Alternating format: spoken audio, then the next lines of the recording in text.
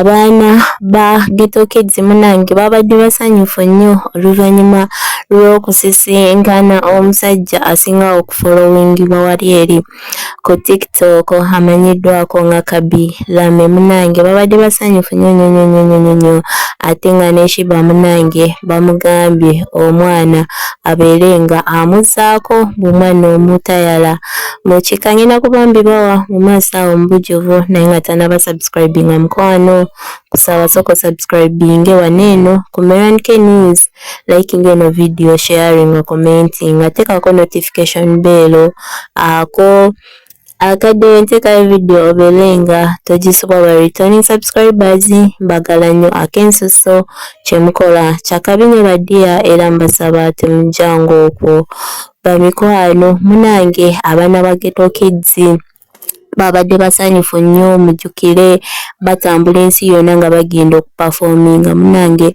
babaddeko eyo gye bagenze okuperforminga munange ne basanga ono omwami asinga okufollowingibwa wali eri ku TikTok ono omwami akola funny videos wadde nga beera tayogera naye akola funny videos munange bamusisinkanya oli abadde ssanyu jereere kasooke mbatereko kanene ka video mulabe butya bwe byabadde then mu maaso tugenda kuba tukomawo ne Shiba ka video kakano tukomewo.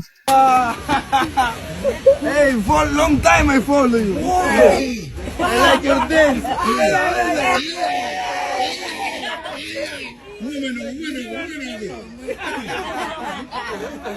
Alright, how is it going? All good? Yeah. Hey, good to see you here in Doha. You like Doha? Good place, huh? Good place. Let's try this. Let me see. This.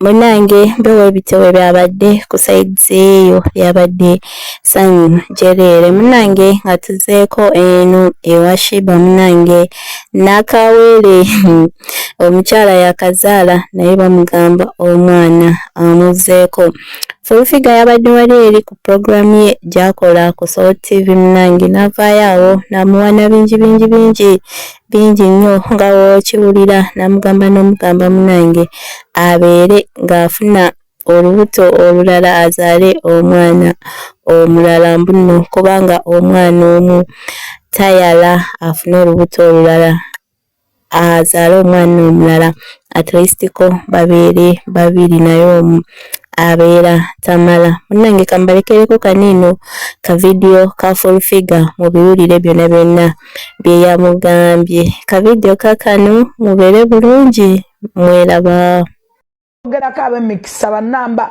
ab'embala abatasankasanka Shiba kalungi nkubuzako nengamba nti kongs mbadde nkwagala nnyo mbadde nsaba nnyo Katonda mbadde mwegayira buli nnaku nga tova mu ssaala zange okuva lwe wafuna olubuto wafuuka part of me because man right now you a mother